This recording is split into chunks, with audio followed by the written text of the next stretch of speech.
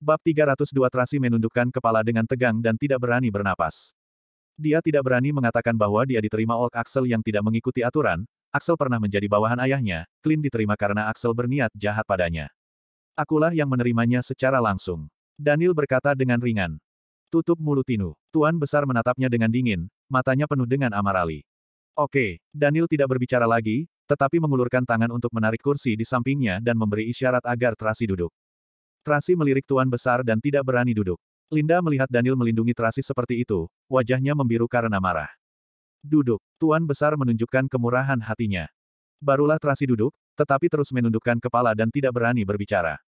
Pembantu membawakan alat makan baru dan sarapan. Tracy berkata dengan pelan, tidak perlu, aku harus pergi. Apa aku sudah mengizinkanmu pergi? Tuan Besar berkata dengan arogan. Tracy sedikit tercengang, dia menengadahkan kepala dan menatapnya. Setiap orang harus tahu dengan jelas statusnya. Tuan Besar mengambil sepotong roti di atas meja dan melemparkannya ke depan Tracy. Contohnya sepotong roti ini, ia hanya bisa dijadikan sebagai hidangan pembuka guna mengisi perut untuk sementara waktu, tetapi selamanya tidak dapat dijadikan sebagai hidangan utama. Perkataan kakek sangat bagus. Linda tersenyum dengan senang dan menatap Tracy dengan raut mencibir. Tentu saja, jika itu adalah perkampungan kumuh yang tidak dapat menyediakan makanan yang cukup, roti juga bisa dijadikan sebagai makanan utama. Daniel mengerutkan keningnya, tetapi belum mengeluarkan suara. Tracy menarik napas dalam-dalam, akhirnya, dia menengadahkan kepala untuk menatap Linda dan berkata dengan tersenyum dingin, Nona Linda, menurutmu statusmu apa? Kamu adalah hidangan utama di meja orang kaya. Bukankah itu juga secak sapi yang dipotong oleh orang? Kamu, Linda terdiam sesaat. Kakek, Tracy menoleh dan menatap Tuan Besar, dia tidak berkata dengan rendah hati. Roti memang tidak ingin muncul di meja makan Anda, ia berada di toko roti dengan tenang, banyak orang yang menyukainya dan menghargainya, ada orang yang memaksanya muncul di sini untuk dijadikan sebagai hidangan pembuka. Saya merasa Anda tidak seharusnya menyalahkan roti ini, jika mau disalahkan, ya harus menyalahkan orang yang memaksanya itu. Mata Daniel menyipit, dia menoleh dan menatap Tracy dengan dingin. Berani sekali, Tuan Besar berteriak dengan marah, maksudmu, Daniel menguasaimu dengan paksi dan mengganggumu. Sungguh tidak tahu malu. Linda akhirnya tidak bisa menahan sikapnya, dia tidak bisa menerima bahwa pria yang tidak bisa dia dapatkan, malah dikatai oleh wanita lain, bahwa dialah yang mengganggunya. Pokoknya saya tidak bergantung padanya. Tracy mengambil kesempatan untuk menunjukkan sikapnya, jika Anda tidak menyukaiku, bisa memintanya untuk jangan mencariku lagi. Dia sudah muak dengan Linda yang mempersulitnya, menindasnya, dan menghinanya. Sekarang datang lagi seorang pria tua ini, dia tidak tahu sampai kapan dia akan ditindas seperti ini. Jadi, lebih baik terus terang saja. Dia sudah menunjukkan sikapnya, jika kelak Daniel mengganggunya lagi, itu bukan urusannya. Kamu sudah mendengarnya. Tuan Besar menatap Daniel. Ya, Daniel menganggukkan kepalanya, mengambil gelas anggur di depannya dan menghabiskannya. Kemudian dia berkata dengan santai, memang aku yang menguasainya, menggodanya, dan mengendalikannya. Ketiga kata tersebut digunakan secara berurutan, sangat berirama, bahkan meninggalkan bayangan. Perkataan ini membuat semua orang yang ada di sana tercengang. Mata Tracy membelalak dengan heran dan menatapnya dengan tidak percaya. Apa dia tidak salah dengar? Dia benar-benar mengakuinya di depan kakeknya, Linda, dan begitu banyak lawahannya bahwa dia menggodanya. Apa dia tidak mau menjaga gengsinya lagi? Linda tercengang, dia juga sedang meragu kaf telinganya. Kamu, wajah Tuan Besar tiba-tiba membiru, dia mengusap dadanya dan menunjuk dengan penuh emosi, apa kamu tahu apa yang kamu katakan? Kakek jangan marah. Daniel duduk bersandar di kursi, dia menatap Tuan Besar sambil tersenyum, pria memiliki 7 atau 8 kekasih di luar, itu sangatlah normal, yang penting kakek puas dengan istriku yang sah. Bab 303, kau ini bajingan. Tuan Besar marah sampai sekujur tubuhnya gemetar.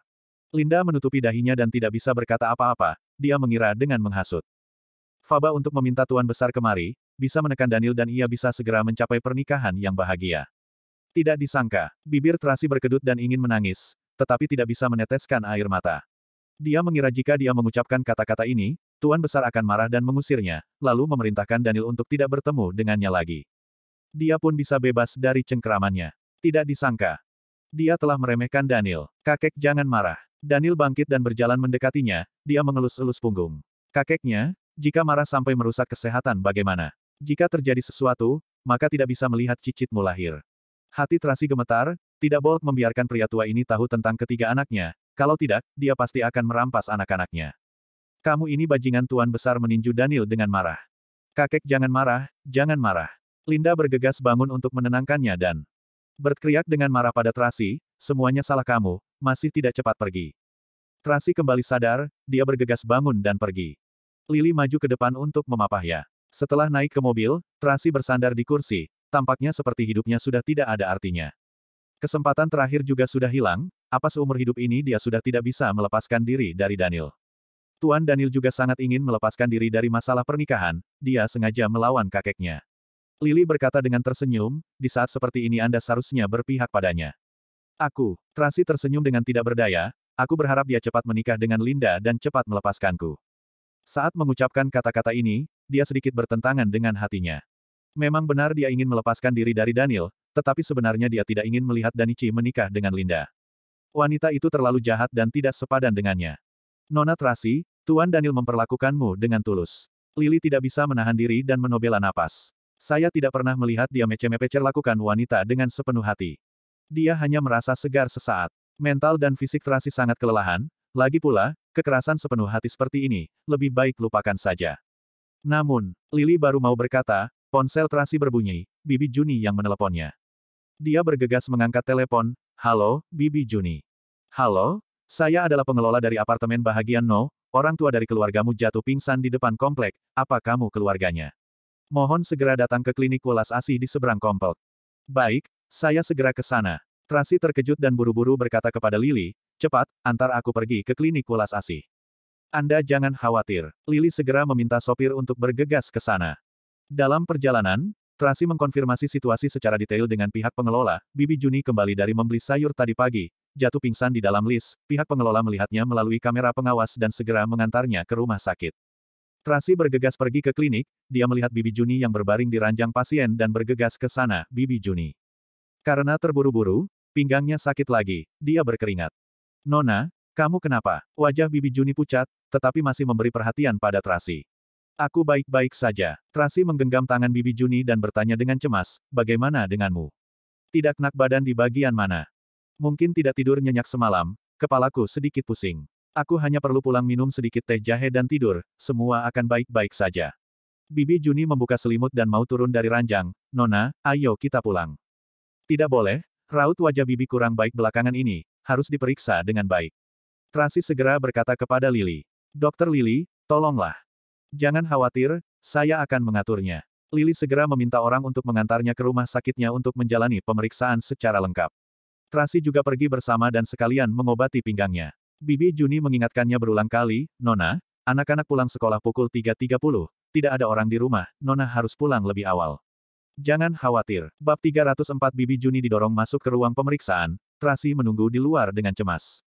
Perawat meminta Tracy pergi menjalani pengobatan pinggangnya, dia tidak bersedia pergi dan Milu berada di sini untuk menunggu hasil pemeriksaan Bibi Juni keluar. Tracy, pemeriksaan secara lengkap tidak secepat itu, kamu menunggu di sini juga tidak ada gunanya, lebih baik pergi menjalani pengobatan pinggang. Lily menasihatinya dengan tulus, luka di pinggangmu harus cepat pulih, baru ada energi untuk menjaga orang tua. Baiklah. Tracy mengikuti perawat pergi menjalani pengobatan pinggang. Dia berbaring di ranjang pengobatan tradisional, hatinya masih sedikit tidak tenang dan bertanya, Dokter Lily, Bibi Juni seharusnya baik-baik saja, kan? Lily berpikir sejenak dan berkata dengan halus, kondisi Bibi Juni mungkin tidak terlalu baik, kamu harus ada persiapan batin. Apa maksudmu tidak terlalu baik? Tracy bertanya dengan terburu-buru, apa ada masalah besar? Saya telah mencari tahu kondisinya di klinik welas asih. Akhir-akhir ini Bibi Juni pernah berobat ke klinik itu dan bilang bahwa kepalanya sering pusing, dokter memintanya melakukan pemeriksaan secara detail, dia bilang tidak ada waktu, tunggu ada waktu baru pergi, tetapi belum sempat pergi melakukan pemeriksaan, dia sudah jatuh pingsan di dalam lift. Ini menandakan bahwa masalahnya sudah muncul sejak awal. Lily mengatakan kondisinya. Tracy semakin sedih setelah mendengarnya, semuanya salahku, setiap hari aku hanya sibuk dengan urusanku sendiri dan kurang perhatian pada Bibi Juni. Dia membantuku menjaga 3 orang anak sendirian dan sibuk dari pagi hingga malam setiap hari, bahkan tidak ada waktu untuk pergi berobat. Jangan khawatir, biarkan dia menjalani pengobatan dengan tenang di sini. Lily menghiburnya dan berkata, saya akan mengatur perawat untuk menjaganya. Terima kasih, Dokter Lily. Tracy berkata dengan tidak tenang, tunggu hasil pemeriksaan Bibi Juni keluar, mohon kabari aku sesegera mungkin. Kamu jangan khawatir, jalanilah pengobatan dengan tenang, nanti saya akan mengabari Anda. Setelah menghibur Tracy, Lily pergi ngurus sesuatu. Pada pukul 2 siang, Bibi Juni didorong keluar dari ruang pemeriksaan dan ditempatkan di ruang rawat inap. Pada saat ini, dia sudah setengah sadar, tangannya tertancap jarum dan sedang diinfus, tetapi mulutnya masih bergumam, Nona, Nona. Bibi Juni, aku ada di sini. Tracy menggenggam tangannya dengan erat. Carlos, Charles Carla. Bibi Juni setengah sadar dan berkata, ingatlah untuk menjemput anak-anak. Ya, ya, aku tahu. Tracy tersentuh dan juga merasa bersalah. Bibi Juni jatuh sakit seperti ini dan masih mengkhawatirkan ketiga anaknya. Dia sungguh berutang budi pada Bibi Juni. Tracy melihat jam, sekarang masih terlalu awal. Dia takut terlambat pergi menjemput anak-anak, jadi mengatur alarm pukul 3. Pada pukul 3 sore, Lily, membawa setumpuk hasil pemeriksaan datang mencari Tracy. Dia membawanya ke ruangan kantor dan secara resmi mengumumkan bahwa Bibi Juni menderita stroke infark stadium sedang. Kabar ini bagaikan sambaran petir di cuaca cerah, Tracy terkejut sampai hampir pingsan. Lily segera memapahnya, kamu jangan khawatir, saya akan menggunakan cara yang terbaik untuk mengobatinya. Mengapa bisa begini? Air mata Tracy mengalir keluar, Bibi Juni begitu baik hati, optimis dan ceria, mengapa bisa terkena penyakit seperti ini? Pasti karena terlalu lelah, semuanya salahku, semuanya salahku. Nona Tracy, Anda jangan terlalu sedih, asalkan buku stadium akhir, maka ada harapan besar. Lily menghiburnya dan berkata, Bibi Juni harus segera menjalani pengobatan, lebih baik Anda pulang dulu mengurus anak-anak, serahkan ini padaku. Dokter Lily, tidak peduli Ineng habiskan berapa banyak uang, harus membantuku menyembuhkan Bibi Juni. Tracy berkata dengan cemas, aku akan pulang mengambil uang. Masalah uang, Anda tidak perlu khawatir. Lily menepuk-nepuk tangannya dan mengingatkannya, waktunya sudah hampir tiba, saya mengutus orang untuk mengantarmu pergi menjemput anak-anak. Tidak perlu, aku pergi sendiri saja. Tracy tidak ingin membiarkan keluarga Daniel Thatcher lalu dekat dengan anak-anaknya. Dia melihat jam sudah pukul 3.5, dia bergegas meninggalkan rumah sakit dan naik taksi di depan untuk bergegas pergi ke Jalan Bahagia. Jalan Bahagia 0. Sampai 0. 0 adalah tempat tinggal kelas atas, dikelilingi oleh jalur hijau, kendaraan dari luar tidak boleh mastik, jadi bus sekolah TK hanya bisa menurunkan anak-anak di persimpangan jalan dan menunggu orang tua murid datang menjemput mereka. Bab 305 biasanya setiap sore Bibi Juni akan menunggu anak-anak di persimpangan jalan. Namun hari ini, anak-anak turun dari bus sekolah, tidak melihat nenek. Carlos, Charles, Carla, apakah orang tua kalian tidak ada di sini? Ibu guru Brenda dari kelas Matahari bertanya, apa bu guru perlu menelepon orang tua kalian? Tidak perlu, Carlos berkata seperti orang dewasa, beberapa waktu ini, nenek kadang-kadang akan terlambat beberapa menit, kami menunggu sebentar di sini saja. Kalau begitu, kalian harus menunggu dengan patuh, jangan pergi sembarangan.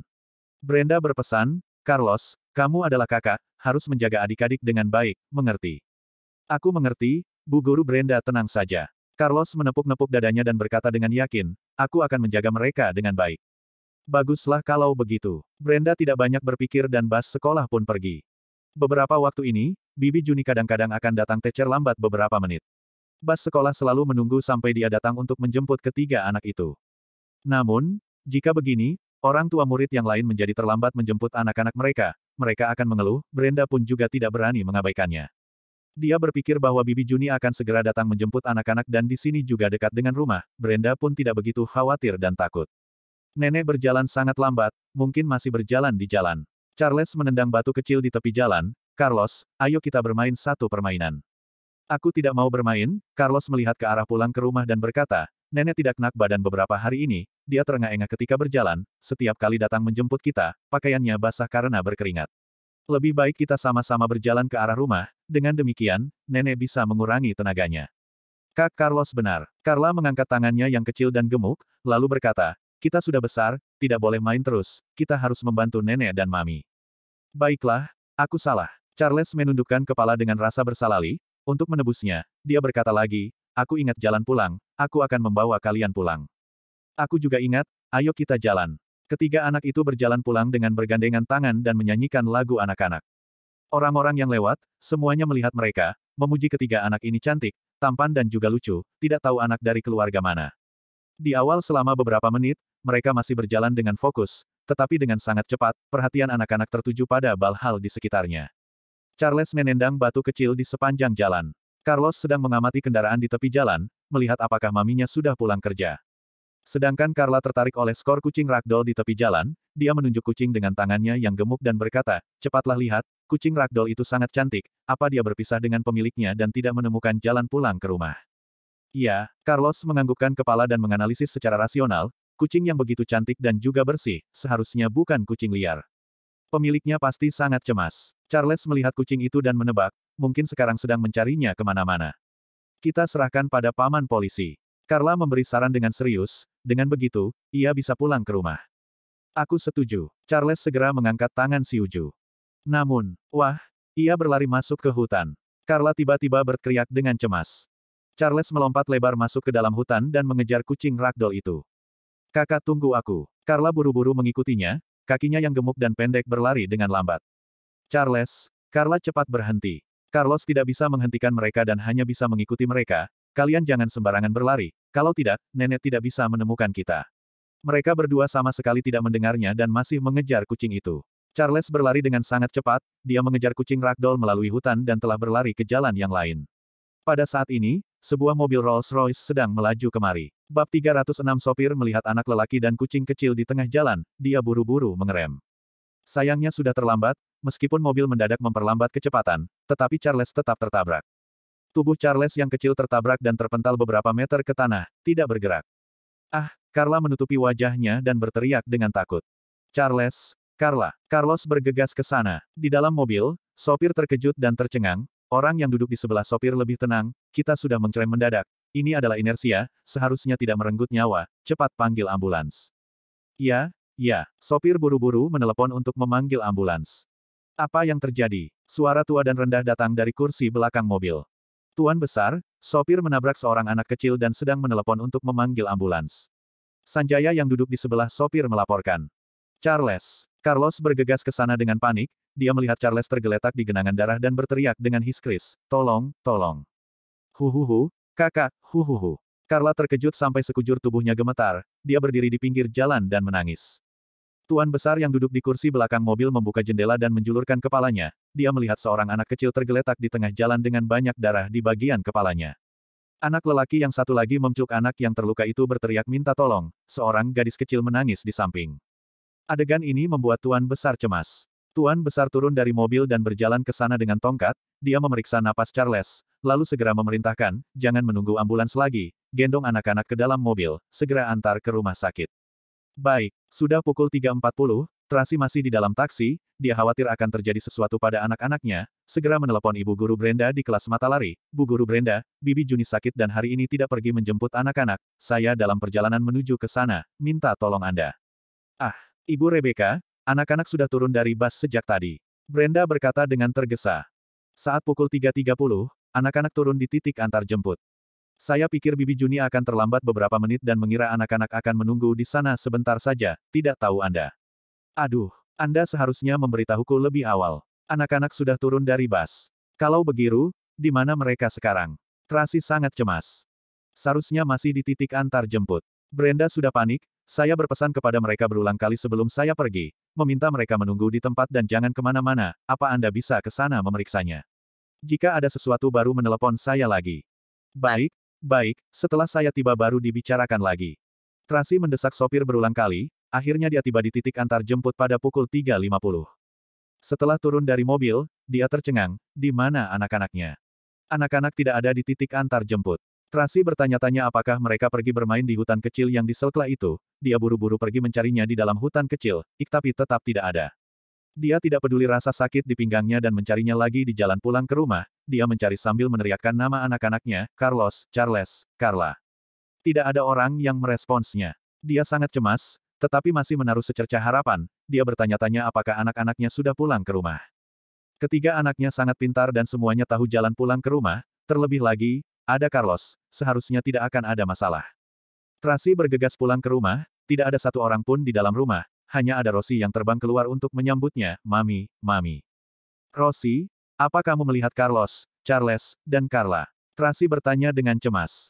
Tidak, Rosie menggelengkan kepalanya, hati Tracy terasa dingin, tetapi tetap menaruh harapan, dia pergi ke setiap kamar untuk mencari mereka dan berteriak, Carlos, Charles, Carla, cepat keluar, jangan menakuti Mami.